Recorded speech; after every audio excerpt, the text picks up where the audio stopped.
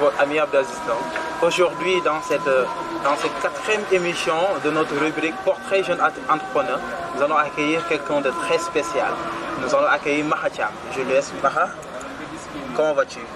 Ça va, alhamdoulilah. Yaa ngi si jàmm Maha. ñu ngi sant yàlla. xam naa aujourd'hui pour suñu émission gën a am impact parce que dañoo bëgg ñëpp comprendre ñu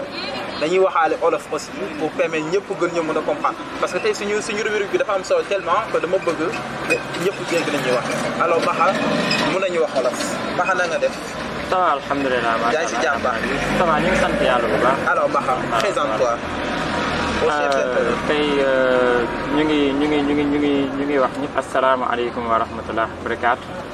di sant suñu borom taala wa tabaraka bim ñu yombalalee tey ñu mën a taxaw jàkkaarloo internetu astuce entrepreneur ak ñëpp ñoo xamante ni dinañ si jot via seen chaîne YouTube bi pour mën a tey waxtaan ak ñoom si ki nga xamante ne nii mooy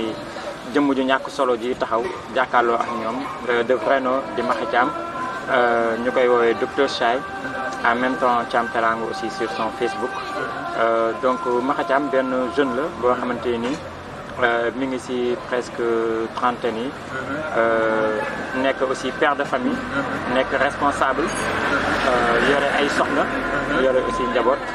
en même temps yore ñaari activités yoo xamante ni aussi moo ñuy dimbali ñu mën ci jénn bu baax a baax a baax. alors Maha depuis kañ nga nekk entrepreneur.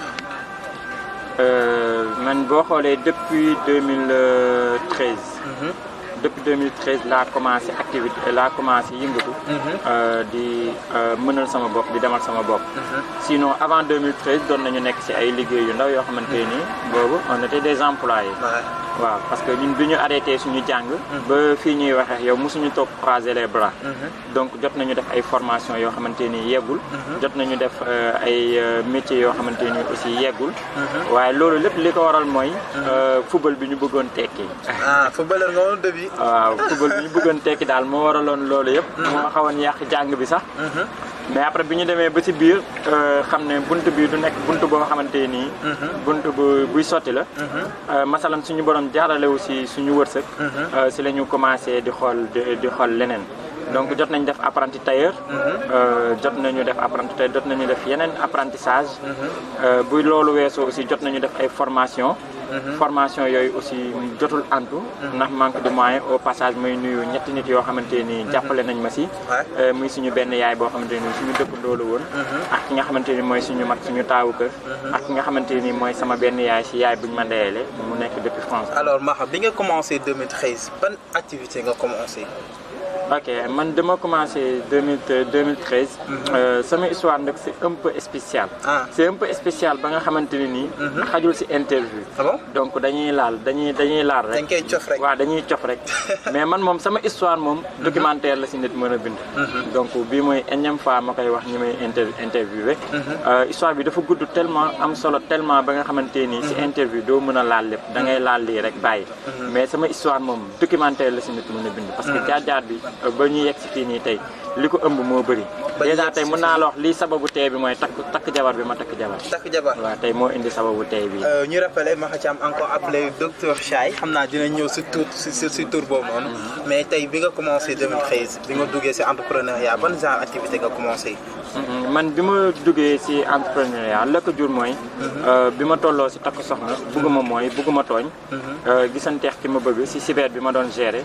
muy sama aaw ma koy nuyu au passage. di nuyu samay goro si ñaari côté yëpp aaw beex ñaareel nuyu au passage ñu ngi leen di nuyu ñoom ñëpp. noonu bi ma bëggee takk jabar. aw ma woon fond. donc aw ma woon fond. ma yëg ni war naa mën a takk jabar donc si laa dem si samay waajur ne leen man damaa bëgg takk jabar looy takkee jabar may leen yow loolu xéwalu suñu borom la parce que boobu amoon naa yaqin amoon naa qualité si suñu borom mooy wóolowoon naa suñu borom te xamoon naa ne dina ma si jénnee te noonu la ma si jénnee ba fi ma toll nii muy suñu borom taala tabaraka donc noonu fekk bi may décidé j'avais que 50 000 francs 50 000 francs yoo xam ne yoruma ko woon bi may takk jabar 50 000 francs yoo xam ne yoruma ko woon dama ko leble woon ki ma doon gérer cyber bi ma mujjee gérer mais xamoon naa ne bu ma nee dama ko soxla dina ma ko jox donc biñ ma waxee mee leen man lii laa yore ah dama bëgg tak ñu wax kaw jëm suuf amoo liggéey bàyyi ba am liggéey foo koy dugal dugg na fii jël may leen damay takk jabar parce que xamoon naa ne loolu yëpp mi ngi si gannaaw te ki la jox dina la jox foo ko dugal dana la jox loo ko dundalee muy suñu borom taala wa tabaraka looloo nekk si gannaaw mais nag li si gannaaw mënoo ko gis fiyax duggoo ba dem foofu par exemple boo takkul jabar mënoo xam lu nekk si takk jabar da ngay dégg gars yi di wax nii rek mais mënoo xam lu nekk si takk jabar léegi boo takkee jabar mais doo dee xam li nekk si takk jabar léegi noonu ñu def 2 semaines sama benn xaritu sama ndijaay jabar xaritam xamante woon naa ak moom ñu koy wax Momo ma ngi koy saluer au passage donc après 2 semaines la ma ne est-ce que doo ñëw ñu dimbalante si benn activité ma ne ko waaw pourquoi pas après noonu si laa commencé dem di dimbalante moom mu nekkoon sama 2e activité bi muy sac de cérémoniaire affaire événementielle commerciale mais ñun dañoo bëgg tey nga wax ñu si en fait si activité bii nii muy tee mooy Chaye li la waral tey nga am titre docteur Chaye en fait loolu lañ bëgg nga ñëw si quoi carrément d'où est venue l'inspiration de te lancer aujourd'hui si dans la commercialisation de produits yu mel ni naturel yu mel ni comme le thé. ok voilà comme ni ma la ko waxee rek takk bi moom moo ko jur léegi après 2 semaines yi may dimbalante moom di dem après soxna si nekk en état ordonnance yi di ñëw yenn frais supplémentaires yi te xam nga nit rek bu la dara joomee su fekkee bëggoo ku la yeb donte yow say parents sax doo leen laaj asantuma la keneen nekkoo kuy tàllal loxo parce que déjà xadis dafa ñëw yeneen ci alayhi salaam di wax ne loxo bi joxe moo gën loxo bi nangu donc loolu soo ko xamee yow da ngay fexe bay góorgóorlu di joxe bañ di nangu léegi si noonu ñuy jàppalante affaire yi jug di daanu affaire yi metti ngénte war a ñëw accouchement war a ñëw yenn frais yi et tout fekk li ñu doon am foofu c'est minime loo xam ne mënuñu woon yóbbu te jomboon nañu dem di tàllal loxo après si laa ne non lii jëmalewul kër kanam donc man déjà responsable la yaa ma femme boo xamante ni franchement elle m'a aidé ndaxte bi ma koy takk aw ma woon liggéey elle a su m'aider elle a su m'encourager tey xalaatul lenn loo xamante ni mun na tax mu dellu gannaaw elle faisait la 3e mi ngi doon def 8h ba 16h doon ma wax 200 sax boo ma ko joxee man dana si ndékki añ si reer si donc xam nga genre yooyu da lay motiver léegi si noonu si laa amee inspiration fekk Chaye bi j'avais l'idée parce que étant élève dama doon daw cours du soir mardi jeudi di toggal nit ataaya mu may fay donc xam nga loolu c'est avant may am idée defar tee bi parce que loo xamante nii lu ma maîtriser la lu ma mën la donc si noonu si laa ne nii non attends lii jëm la kër kanam après si laa dem si samay waajur may lem man de damay arrêté defar sama ataaya dugg si marché bi di jaay après samay waajur sax kenn si ñoom daf ma demal uti liggéey nga naan da ngay jaay ataaya donc boobu moom xamul woon li nekk si ataaya mais man xamoon naa li si nekk parce que moment boobu soxla woon naa te xamoon naa ne li may dugg suñu borom dana ma si génnee ndax dama ko doon def à cœur dama ko doon def aussi ngir jaamu si yàlla tey loolu moom moo indi tee bi fi ma dëkk nii muy Castor si commune bi si secteur bi si laa defar sama ataaya moment boobu nag fekk na sama benn xarit bu ñuy wax Alpha Bisou Thiam nekk Tilène moom mi ma doon ñaax ba may nekk ak moom si liggéey na man da nga war a jug sax dem defi ay carte de visite comme mën nga koo dugg si marché Tilène bi noonu ak yooyu fekk maa ngi ak moom Medina léegi si noonu laa amee idée ma dama ko man damaa bëgg jaay tey fekk man ak sama benn xarit la woon ñu xool ku nekk am ñu calculer ba gis ni li ñuy toggee lépp 25000 la ñuy dikkee pour ñu am benn départ ku nekk 12500 après si laa demee si moom Alpha Bisou ci am mu lebal ma 10 000 léegi bi ma lebalee 10 000 après man ma teg si 2500 sama xarit bi indi 12500 ñu dem marché ti leen jënd suñuy bagage suñuy thermos lu ñuy toggee defar suñu ataaya di wër si marché bi di jaay kon yow 12500 nga commencé waaw 12500 10 000 endetté 10 000 endetté waaw dañ laa lebal 10 000 ak sa 2500 nga teg ko dem jënd ji sa bagage commencé ki ma bokkaloon koo xam ne moom jotul yeggali après man mujj naa yeggali parce que moom élève la woon en même temps après moom jotul yeggali après man ma jot a yeggali mais après lépp man maa ko doon def alors qu'est-ce qui fait la mooy particularité thé bi ngay jaay voilà thé bi dafa nekk loo xamante nii dafa spécial man mun naa may yàlla la parce que nit ki feex yaa ngi bëgg di góorgóorlu si dara def si du sérieux di ko def à cœur mu nekk loo xamante ni yow si nga bëgg tekki gannaaw ndimbalu yàlla suñu borom dala siy dimbali parce que dans la vie il faut que nga réaliser c'est-à-dire mënoo réaliser feex projeté woo te boo projeté aussi foog nga def sa projet nga jébbal ko léegi nag ki gën si ki ñuy jébbal projet yi mooy suñu borom tabaaraka yow soo defee sa projet da nga koy jébbal suñu borom moo lay orienté ki lay financé suñu borom moo koy orienté si yow suñu borom moo lay financé mais da koy jaarale si keneen pour mu ñëw donc man tey bi noonu la demee donc le fait que ñu ma doon defar sama ataay di wër si mbedd bi nga xam ne fa laa juddoo li ñuy woowee Boy Town man ma nekk Boy Town aw ma keesa si maire aw ma keesa si gel aw ma keesa si waa koñ bi aw ma keesa si kenn parce que li may soxla du ñoom ñoo ma koy jox donc man du ma leen xool ba tax du ma am li ma bëgg du ma dem aussi di leen tàllal loxo bay jural ñu may yeb parce que dañ lay wax bul tooñ waaye bul nangu ko la tooñ bul tooñ mooy bul fekk nit ki nga tooñ ko bul nangu ko la tooñ mooy bul def lu ñu lay tooñ mais damay rappeler sax que gis nga en fait marchand ambulant yi ñi nga xam ñoom ñooy jaay ambulant ñoom ce sont des meilleurs négociateurs ñoom yàgg nañ dajeek nit xam nañ nan la ñuy négocier ak nit ku nekk yaakaar naa loolu aussi xam nga si ça aidé na la ba nga réussir tey ba nga xam tey jii ni nga dem ba am sa marque Docteur Chaye xam nga di def ay réalisation am solo xam nga di jaay fii ba international si da lay dimbali c'est que xam nga diine dafay alxayaaqu min al imaan am kersa si ngëm yàlla la bokk c'est vrai mais kersa dafa am fu ñu koy amee am fu ñu ko dul amee léegi tey li nga xamante nii si ngay jénnee mu war la jural sa personnalité mu war a tax nit ñi respecté la mu war a tax nit yi naw la loolu doo si am kersa li ngay am kersa mooy am def loo xamante nii tey du la jox tur mais di lay jox tur waroo si am kersa kon tey ki bëgg jug bëgg liggéey di xalaat waa koñ bi di xalaat maire yi di xalaat gel bi di xalaat fii laa duggee fii laa dëkk mais tu te poses des problèmes parce que après boo soxlawee doo dem si ñoom dinañ tàllal loxo te buñ la fajalee sa soxla benn yoon ñaar ñeent di nga ñëw benn moment duñ la ko mën a fajal te loolu day jural ñu yëpp la kon balaa loolu yow da ngay fexe ba jéem a góorgóorlu jéem a nekk si loo xamante nii dina tax ba kenn du la yëpp tey tey bi biñ ko doon togg di wër di jaay da nga doon gis da nga doon ñëw tey suba gannaaw suba après l'autre jour da ngay ñëw kenn laaj mais est-ce que tey bi yaa koy togg nga ne ko waaw mu ne la tey bi machine nekkul di ko defar nga ne ko déedéet nga ne ko lu tax mu ne ma chaque jour même goût ngay am ma ne ko c'est parce que j'ai la maîtrise xam naa warga li may def xam naa ndox li may def xam naa li may suukar xam naa façon naanaa xam naa lépp donc loolu dafa nekk benn savoir boo xamante ni c'est en moi donc juste pour dire que en fait balaa ngaa dugg si benn domaine na nga ko maîtriser fi nga bëgg a dugg sa projet na doon loo xamante ne xam nga vraiment nañu si def ba doon si chef mais tey jii wax ñu yan composant nga defaree ataaya bi war nga normal la wala lan nga ko defaree waaw voilà loolu nag moom c'est la énième fois ñu ma koy laaj si li nga xamante nii moom mooy tee bi léegi lu jiitu loolu rek si li nga doon wax léegi balaa ngay dugg si benn mbir na fekk mun doon mbir moo bëgg passion en fait na fekk mu doon mbir moo bëgg mbir boo xamante nii yow tu as déjà les idées et tu te prépares à tout man je suis quelqu'un boo xamante ni je pense pas au négatif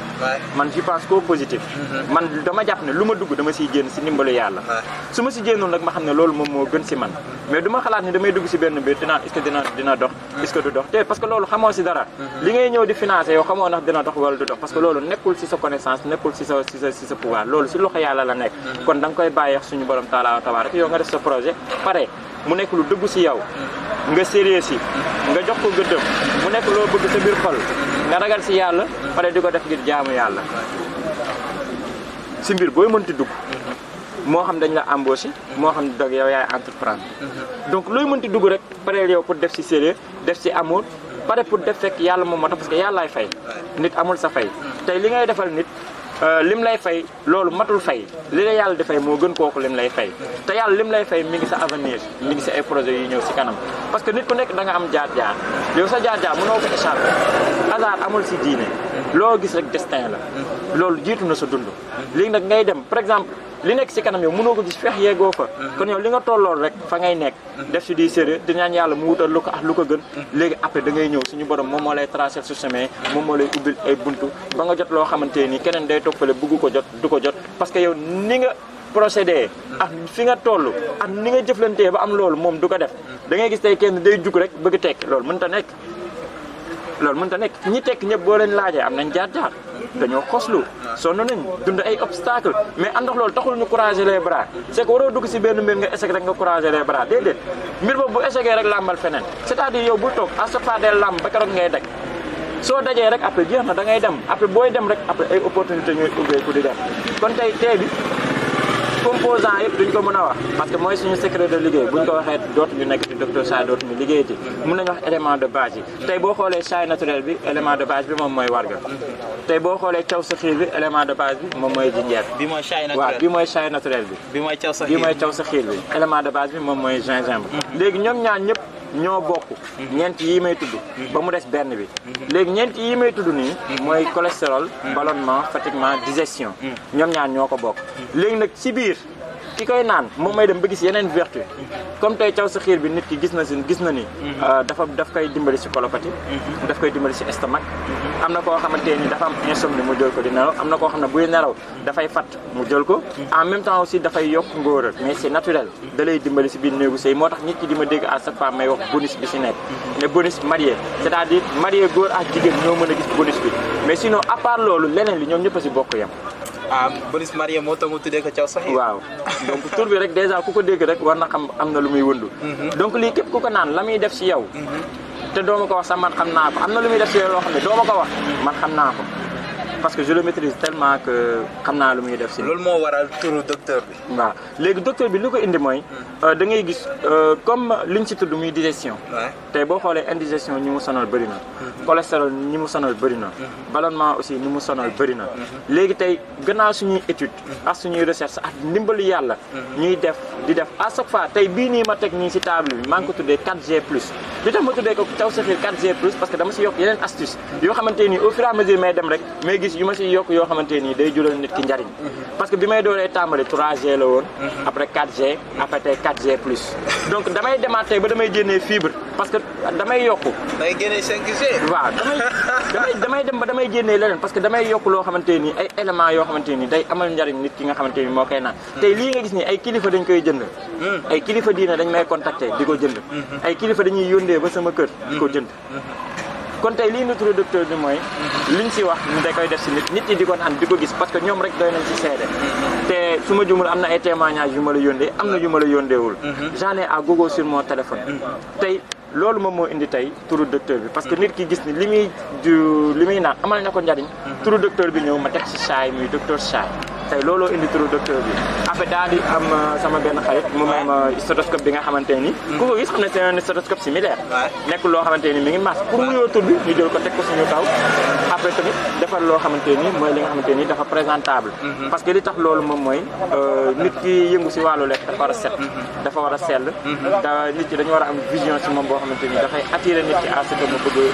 découvrir li nga xamante ni moom lay jël absolument moi j'apprécie beaucoup en fait philosophie bi nga xamante ne moo wër sa entreprise parce que suñu wax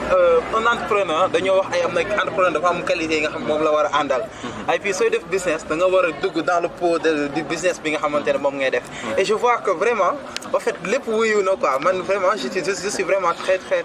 étonné parce que fii li nga xamante ne expliqué nga ko sànq muy motivation yi fi wax en tant que entrepreneur fu mu war a jaar et aussi xool même déguisement ça dafay répondre au nom quoi en fait mais j'espère que en fait le produit amul benn inconvénient boo xamante ne nit mën na ko ci am c'est adapté à tout type d'organisme aussi waaw voilà ba fi ñuy waxee nii ak yow depuis 2013 ba léegi on n'a pas eu ce problème avec qui que ce soit que ce soit dans les cérémonies parce qu'on les fait dans les cérémonies que ce soit nit ki koy jënd di ko naan ci këram li ci nekk mooy tee bi amul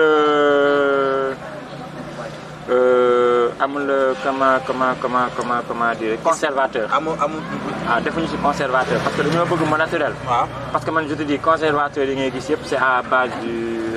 gélatine de porc donc du coup boo ko ci defee rek day wàññi li nga xamante ni moom mooy dose ak effet produit léegi effet médicinal yi mu amoon quoi léegi man le moyen que j'ai trouvé mooy on le conserve au frais léegi boo ko jëndee conservé woo ko au frais dafay fermenté wu dafay yàq donc loolu dañ koy leeral nit ki soit yow ko jëndee da nga koy conservé au frais mën nga ko def au congélateur comme mën nga ko def foo xamante ni day sedd bu fekkee seddaay bi yegg na à certain degré seddaay bi bu yeggul à certain degré aussi da koy yàq parce que foog muy sedd tout le temps bu boobaa da nga koy conservé après à part ça da ngay tàngal suukar naan parce que tee bi suukaruñ ko dañ ko bàyyi ku si nekk am choix libre suukar li nga bëgg su fekkee noonu nga ko bëggee nga naan ko noonu su fekkee da nga bëgg def lem nga def ko lem su fekkee da nga bëgg leneen aussi nga def ko ñam si 3G bi mais au fait 4G plus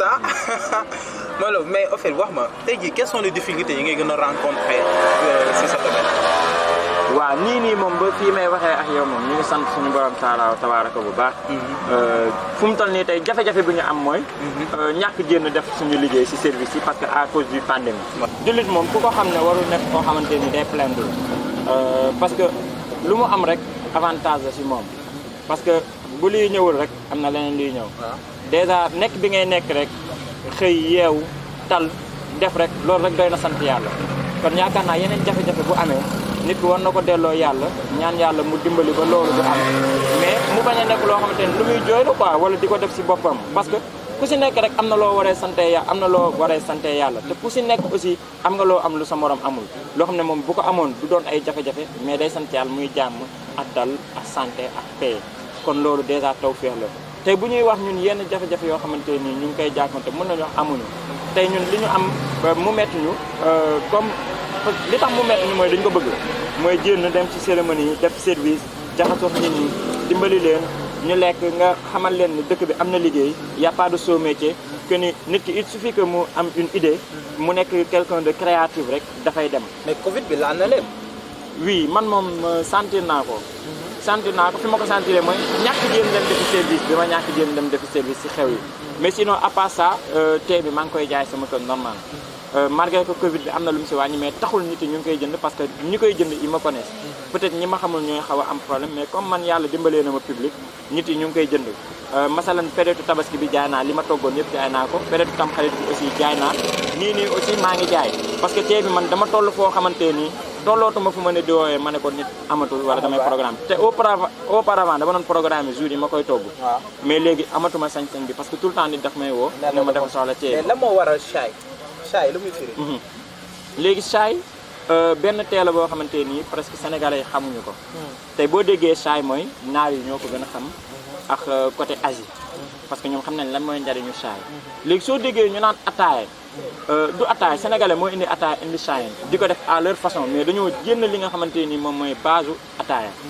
parce que ataaya nekkul woon loo xamante nii nit ki da koy naan après mu koy jëloon ay problème mu koy jëloon ay insomnie mu koy jëlal bu ko naanul boppam day metti non non loolu jurul loolu ataay taxu ko woon jóg ataay li ko tax a jóg mooy di ko naan di am passion di ko naan mu lay jariñ parce que boo lekkee ba pare nga naan lu tàng da lay digérer donc loolu lay digérer donc Chaay bi lañ si gën a taamu donc Chaay xeetu warga la waaw Chaay warga la mooy ataaya c'est Chaay en arabe tii en anglais thé en français d'accord loolooy Chaay c'est en arabe ok Chaay mooy ataaya mooy thé mooy tii looloo indi Chaay bi tey donc boo xoolee comme le nom sonne moo tax j'ai pris le nom ma def ko Chaay que ataaya bi tey boo xoolee Chaay moo gën a oyof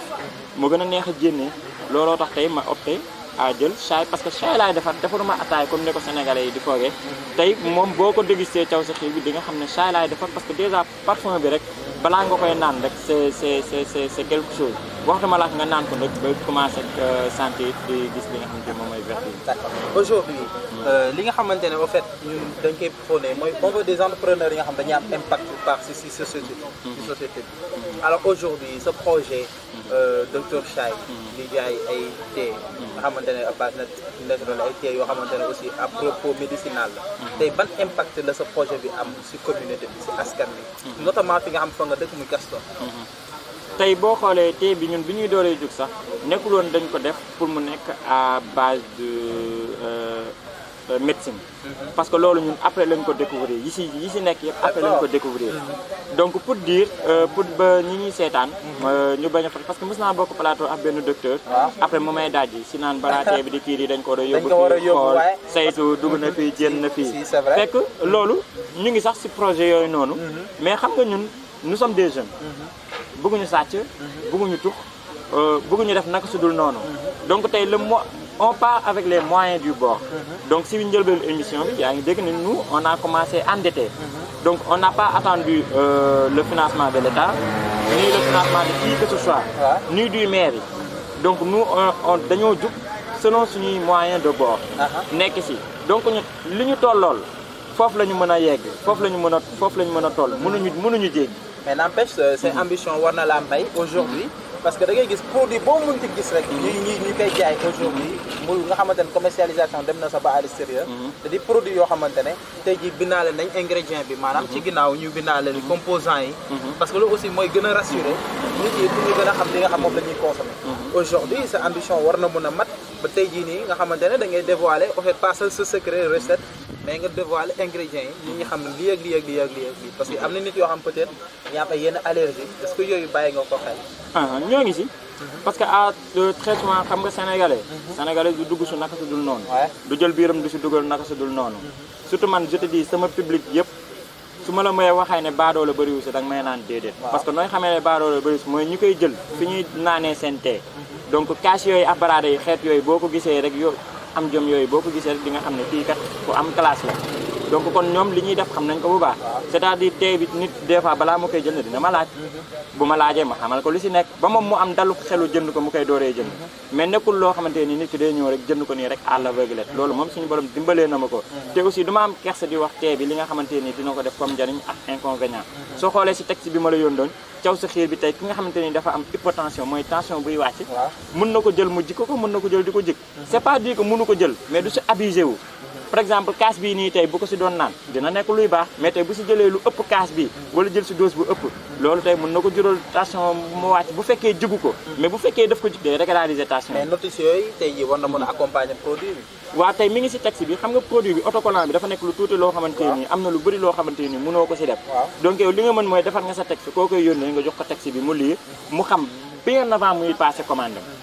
donc moom dina xam lépp balaa muy passé commande am de ce fait que moom bu passé commande am rek dina gis ni après li ñu ko si waxoon yëpp après moom muy retourné waat ñu def CD yi tey on a des projets tey tee bi war naa ko yóbbu laboratoire tey man am naa yéene tee bi ñu koy gis ñu koy jaay dans les grandes surfaces loolu yëpp parce que taxawal naa sama entreprise ba pare dem naa affecté ba créé naa sama entreprise Dr Chai protégé naa sama logo BSDA Dr Chai kon pour te dire ñu ngi si avant Covid bi lañ commencé woon procédure yi Covid bi ñëw affaire yi wàññeeku déjà boo liggéeyul pour am moyen am na yoo xamante ni mënoo ko def parce que am na yoo xamante ni dafay laaj moyen donc avant Covid bi yooyu yëpp si la ñoom parce que moment boobu juste la ETS defoon reportage bi après si lañ gën a jugee nag ne xaaral ñu gaaw formaliser lépp mu mën a toog nekk loo xamante ni dañuy aisé daal li war si tee bi yëpp ñu def ko si mais actuellement ak Covid bi yàpp tàpp amoo financement amul benn kiiwu financement bu nekk si dëkk bi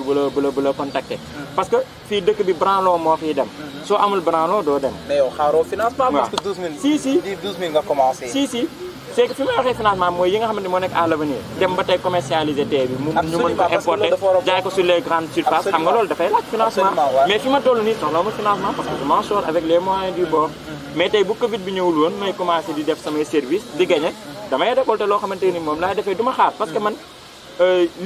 yoon bi ma jël mooy xaaruma kenn si dara man j'ai mon chemin je pars ku ma dab si chemin bi ñu ànd ku ma dajal ñu war a ànd ñu ànd kenn dab siwu ma dajew ma kenn man je pars sur mon chemin donc man damay dem xaaruma kenn absolument très bel esprit bi nga xamante ne moom la àndal tey moom la am aussi muy esprit nga xamante ne entrepreneur loolu la war a am j'apprécie beaucoup en fait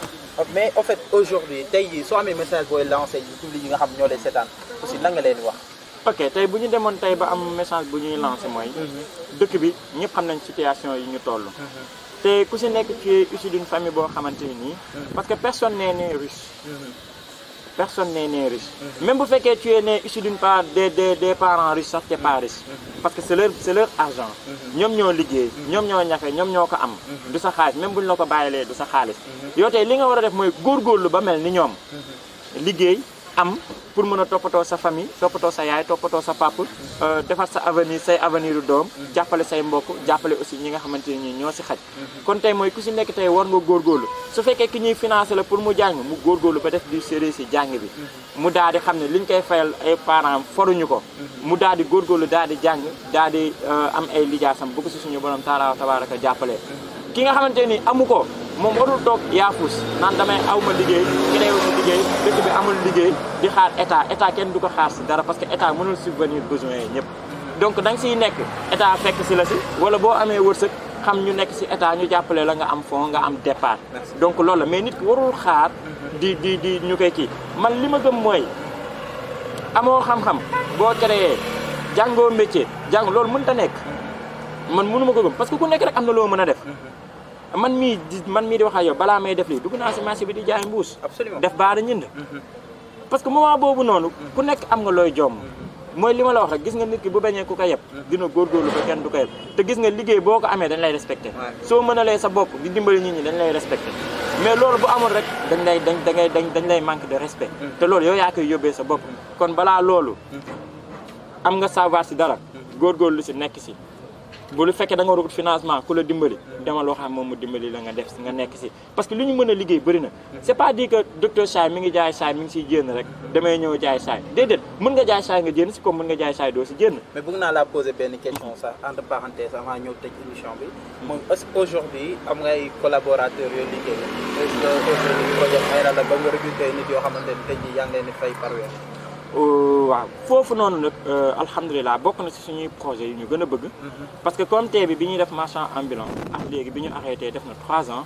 parce que li lay wan ne liggéey rek a wóor mooy man 2013 ba 2017.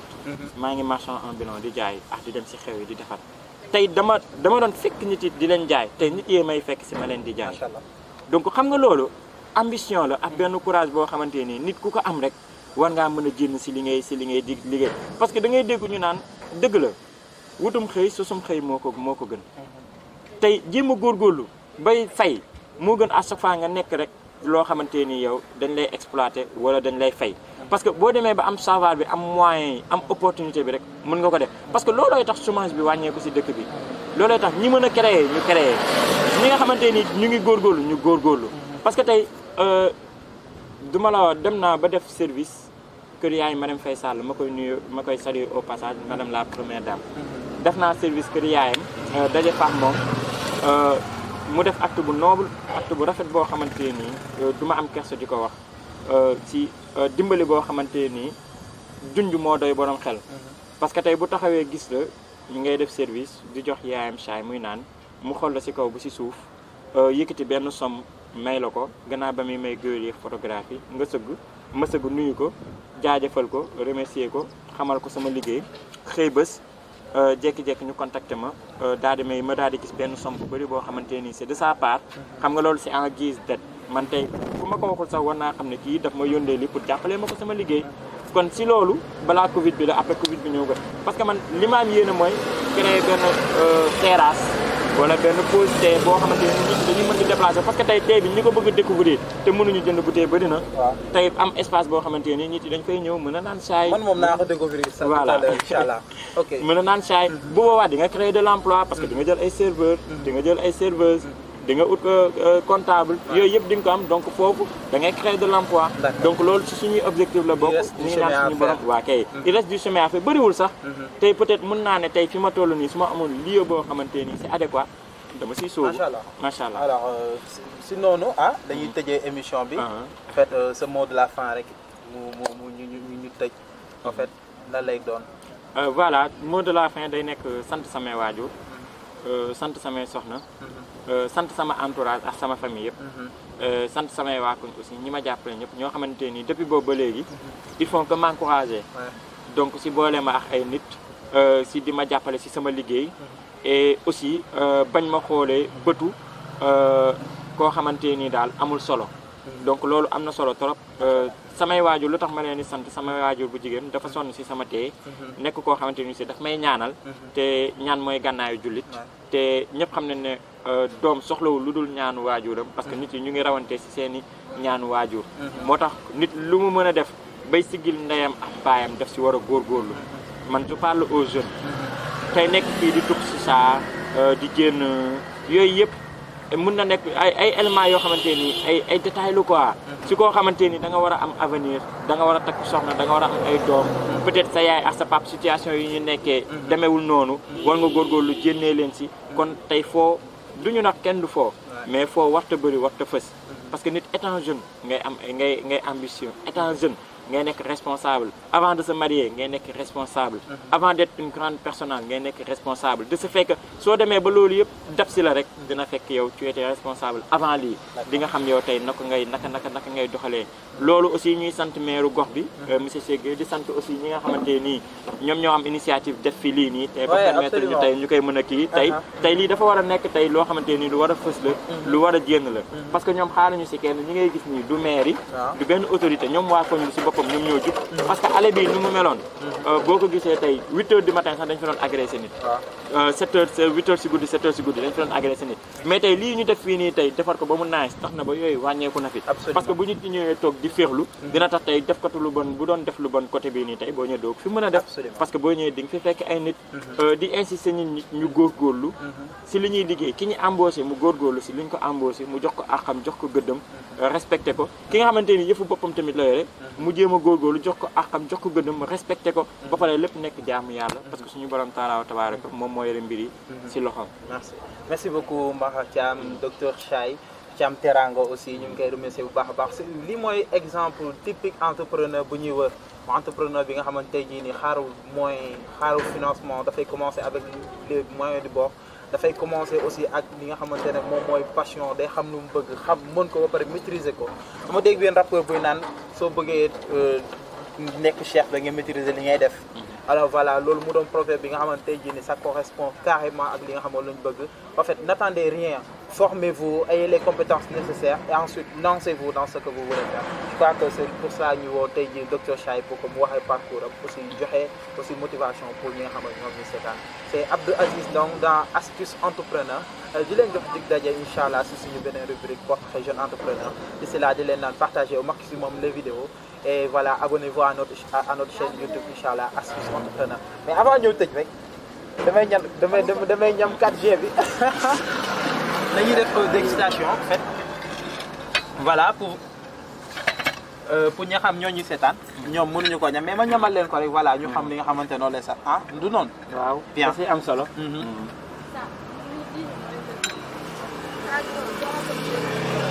alors.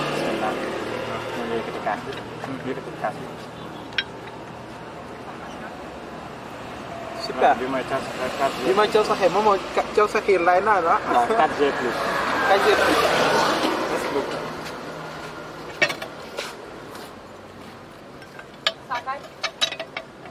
ah mais lii sax na gingembre ah. sa kaas ñu ne ah. Eli Pro bàyyi ma naan la sa kaas.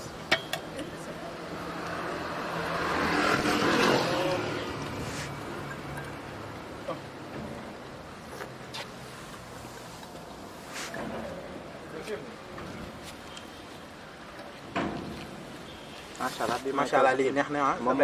moom moo am yooyu noonu yëpp. moo am propriété am na sax yoo xamante ne nii moom feex jëloo bouteille bi di ko. lii moom marié ñoo ko war a naan waaw lii moom bagage bi marié la parce que des fois moom jigéen ñi dañ may wax lii moom bu ko jox célibataire. des fois tam nga génn xew jox ko célibataire da koy ñaan day napp coow xew ba après day mujj séddee gën ci. maa ngi commencé ñax man mii alors merci beaucoup. donc lii moom mooy. parce que premier instant bi nga ko naanee rek si ngay yëg. donc da ngay naan rek da ngay yëg tey bu la fekkoon nii actuellement samay dem tàng day tàng jot sa digg boobu bi lay commencé nga koy sentir ba ci suufu tànk yi waaw koo koy taw sa xiir bi. alors merci beaucoup. ñu joxe di daje dans Astuce Entrepreneur ce sont les chemins les plus étroits pour les chemins les plus durs Astuce.